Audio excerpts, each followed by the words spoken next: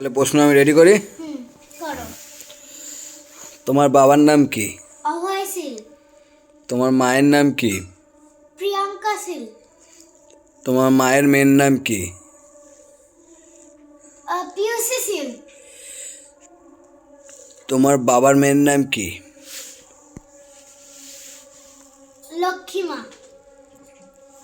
হ্যাঁ, ঠিক আছে। তো আপনি এই সোয়েটারটা কার থেকে ধার করে পড়ছেন? কি প্রশ্ন বলছো এসব? এসব কি বলছো? এটা উত্তর দিতে হবে। আমি প্রশ্ন যেটা ইচ্ছা করতে হবে তোমার উত্তর দিতে হবে। আমি সব সহজ সহজ দিয়েছিলাম। এগুলো নয়। এগুলো প্রশ্ন।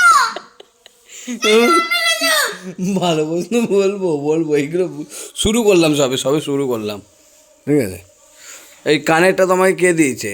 লোকের নাকি তোমার? বাবা দিয়েছে।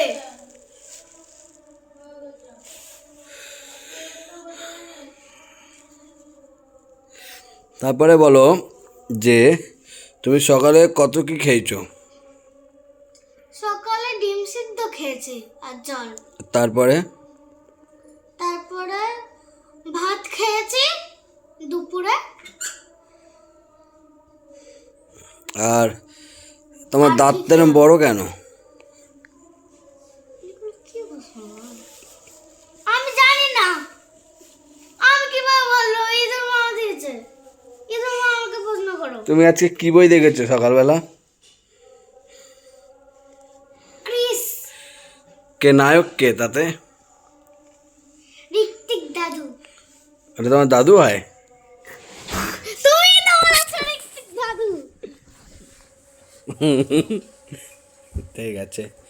তা বইটা তোমার কেমন লাগলো?